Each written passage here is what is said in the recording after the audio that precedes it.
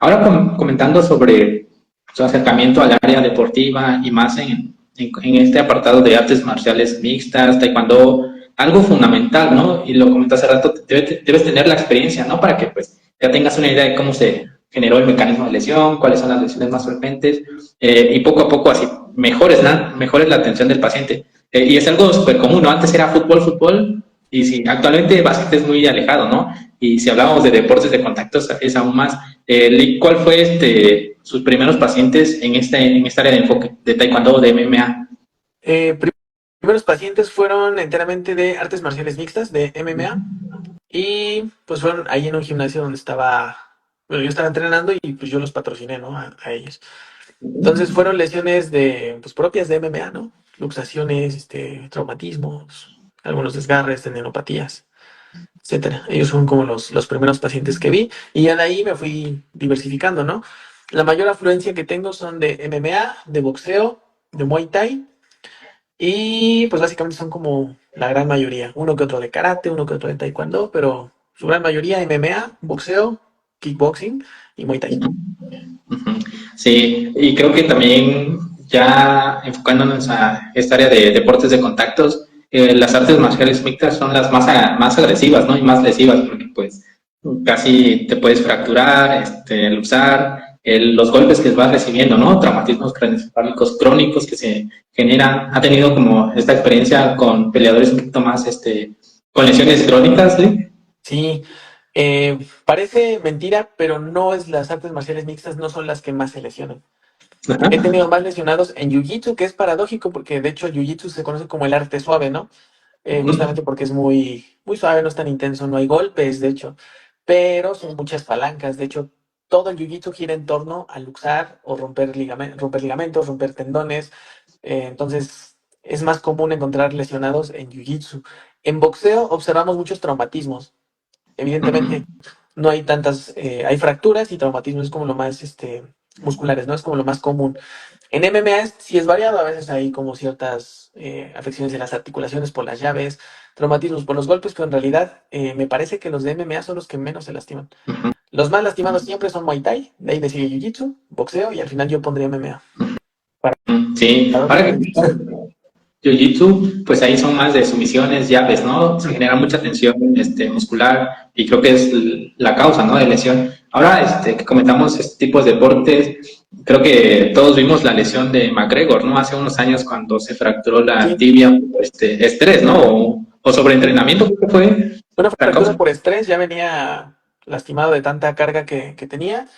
En el combate también fue un poquito de mala técnica, no chequeó bien la patada como debió de defenderla y fue el hueso. Ujú. Sí, sin duda. Es la ventaja, ¿no? De ya estar enfocado en un área, tener la experiencia en cuanto a entrenamiento o ver, ¿no? Cómo se lleva su planificación de ejercicio, porque te imaginas que alguien que no sepa de artes marciales, que no le gusta, que no haya visto, ¿no? Y Ujú. llega con una fractura tibia y lo trata como un paciente que es normal, ¿no? Creo que cambia tanto la dosificación de ejercicio y la forma de abordarlo. Claro, sí, sí, cambia muchísimo. Sí, y ahora pues yo también antes veía un poquito las artes marciales mixtas. En resúmenes, también creo que como después de esa lesión de McGregor, me vi la de otros dos peleadores que igual lo mismo, ¿no? Se fracturan la tibia, esto por una mala técnica, ¿no? Al dar la patada. Y a veces es impactante ver estos videos, ¿no, Lee? Sí, es impactante. Digo, es lo que tiene. Digo, a final de cuentas buscan el contacto, buscan el golpe, buscan lastimar. Entonces, cuando tenemos una biomecánica, por ejemplo, de pateo, también existe una biomecánica en la defensa. Entonces, la forma más correcta de defender, por ejemplo, un golpe o una patada, pues es una que busca lastimar al contrincante. ¿Sí me explico? Utilizar la fuerza que él me está dando con su patada, yo busco lastimarlo con esa misma fuerza. Entonces, pues fue es lo más que pasa. Sí, sin duda, ¿no? Ya lo está explicando de una manera bastante bella y bastante educativa. Sí, sí. Ahora, Lee, sé que pues en este tipo de lesiones o nos enfocamos más en cuanto a ejercicio, en dosificación. Y antes de hablar de la forma en que aborda a estos pacientes, ¿cuáles fueron sus formaciones que tomó para enfocarse al área? Tomé formaciones en dosificación y prescripción del ejercicio, dosificación de neurociencias en el ejercicio, obviamente las básicas, ¿no? De Richelis, kinesiotaping, y demás. Algunas más enfocadas hacia medios físicos, para poder la Ujú. dosificación de medios físicos, principalmente electroterapia, todo tipo de corrientes, ¿no? Microcorrientes, electrotens, interferenciales, otro tipo de terapias, como las oscilaciones profundas, etcétera. Esas son como las principales que he tomado y me he ido, digo, ahí no me gusta incluirla como parte de formaciones, porque son como un poquito más externas a la fisioterapia, pero pues en el entrenamiento deportivo. Entender cómo es el entrenamiento, cómo se clasifica, cómo se dosifica, cómo se organiza el entrenamiento. Y así pues es más fácil entender en qué estadio estaba, por qué se suscitó esta lesión, qué tenemos en adelante que cubrir y cómo vamos a abordar esa lesión. Entonces pues esas son como las formaciones más importantes. Ujú. Sí, sin duda, ¿no? Tener esta formación como fisioterapeuta en el área, pero también saber un poquito, ¿no? Cómo es el plan de entrenamiento, porque influye mucho en la recuperación del paciente, y más ahora que pues nosotros debemos prescribir y dosificar el ejercicio para recuperar la función. Ahora que comentamos estos apartados, sé que pues una cosa es ejercicio funcional o dosificación en fisioterapia y otro apartado pues es entrenamiento o readaptación. ¿Cuáles serían los límites que tendría un fisioterapeuta y un entrenador en este apartado? Ok. Eh, Aquí me gusta marcar como una diferencia porque esta es como la clave donde radica todo. Un entrenamiento deportivo busca adaptar al paciente a las nuevas exigencias deportivas. Esa es como una gran diferencia. Una dosificación, un ejercicio terapéutico, nosotros buscamos adaptar el ejercicio o adaptar nuestras necesidades hacia mi paciente. ¿Sí me explico? En un entrenamiento, por poner un ejemplo, yo hago una sentadilla. Entonces yo pido que mi paciente que está entrenando, o bueno, mi deportista, pues que haga la sentadilla bien, que esté derechito, que llegue hasta abajo. Es decir, que mi paciente se adapte a ese ejercicio que yo estoy haciendo para generar una ganancia, ¿no? En cuanto a masa muscular, etcétera. En una rehabilitación terapéutica o en el ejercicio terapéutico, yo busco lo contrario. Yo sé que él necesita fuerza, a lo mejor en cuádriceps, en glúteo, lo que sea. Entonces necesito usar sentadillas, pero yo no necesito que mi paciente se adapte a esa sentadilla. Yo necesito adaptar esa sentadilla a mi paciente. ¿Por qué? Porque a lo mejor es postoperado de rodilla, porque a lo mejor tiene prótesis de cadera, porque a lo mejor tiene lumbalgia que no lo deja hacer bien la biomecánica, entonces yo tengo que adaptarlo a eso para generar una ganancia, pues en este caso terapéutica, ¿no? Nosotros buscamos readaptar o rehabilitar las funciones y las estructuras para la vida cotidiana. En un entrenamiento deportivo buscamos adaptar el cuerpo a una exigencia deportiva, que es algo muy diferente. Esas son como la gran diferencia que yo puedo marcar entre el entrenamiento deportivo y el ejercicio terapéutico o parte de la rehabilitación. Ujú. Sí, sin duda, ¿no? Creo que el ejercicio terapéutico se enfoca más en recuperar la funcionalidad y no tanto en la técnica, ¿no? Sino que que pueda realizar ciertas actividades más en su ambiente, ¿no? Laboral, social, en casa, y a un entrenamiento, pues como dijo, ¿no? A las exigencias del deporte como tal. Y también yo también he leído, investigado, porque también me gusta mucho esto en cuanto a la explicación del ejercicio y prescripción, y es más de aptitud física, ¿no? Pues aquí en entrenamiento ya se ve lo de resistencia, fuerza, hablo de pilometría, ¿no? Que es algo fundamental en esta área. Sí, pues hay muchas áreas que podemos abordar en el entrenamiento deportivo. Y cada una tiene como su forma específica de abordaje, ¿no? Cada cualidad se trabaja de una manera diferente y inclusive un mismo grupo muscular, un mismo objetivo se trabaja diferente de deporte a deporte, ¿no? No vamos a trabajar igual a lo mejor a un paciente que juega voleibol a un boxeador, por ejemplo, ¿no? Buscamos que el golpe sea explosivo y buscamos un gesto deportivo pues más específico. Entonces, generalmente el entrenamiento va en base a ese gesto deportivo, más allá de solamente fortalecer y ya. Entonces, esa es como la clave de la deportiva, ¿no? Es como saber entender en qué momento se utiliza qué herramienta y cómo adaptarla también a la actividad o al deporte que estamos realizando.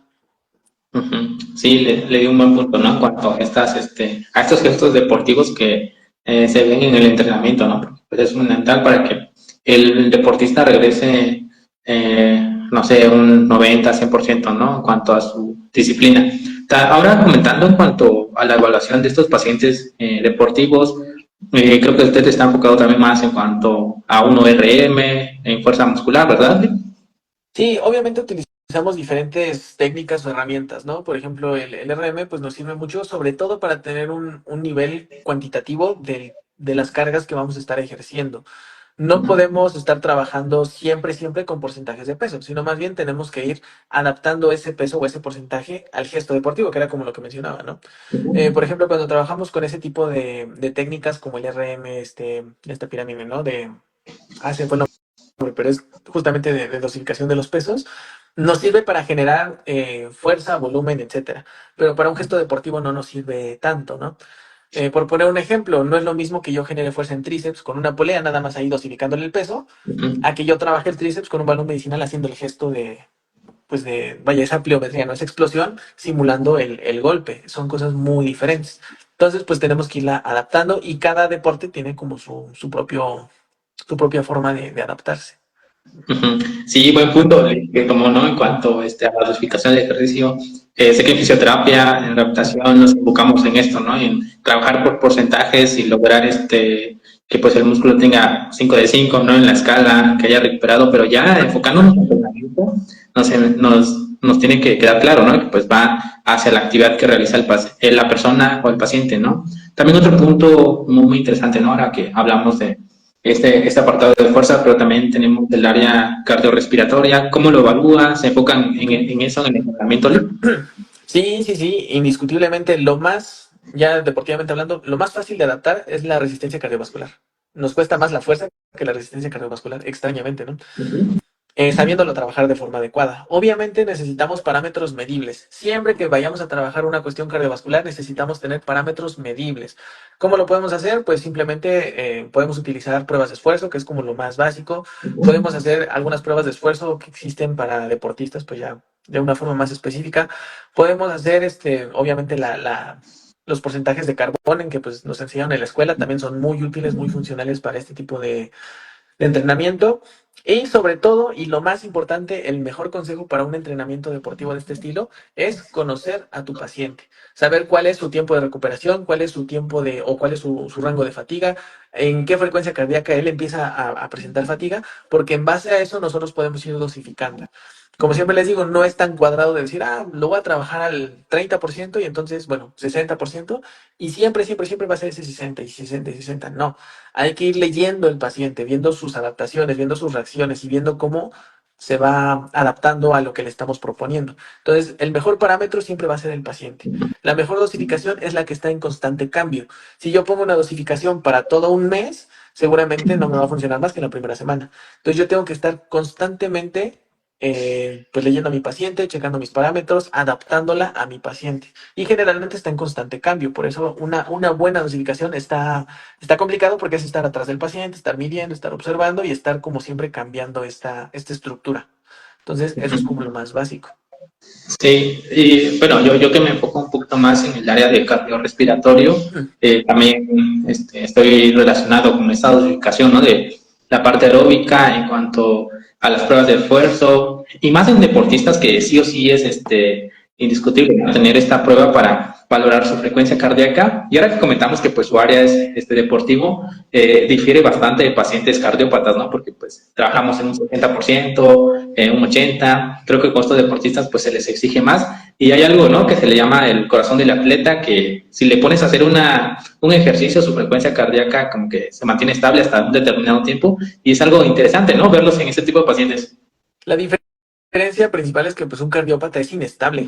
Ahí sí tenemos que tener bien controlado y ser como un poquito más protocolizado con el ejercicio para mantenerlo, porque buscamos una readaptación ante una lesión o ante una circunstancia patológica. Un paciente deportista no. A él sí le podemos exigir y posiblemente va a estar estable aunque le estemos generando una exigencia mayor. Entonces es más fácil que se adapte un corazón saludable a que readaptemos un corazón patológico. Eso es así. Sí, sí.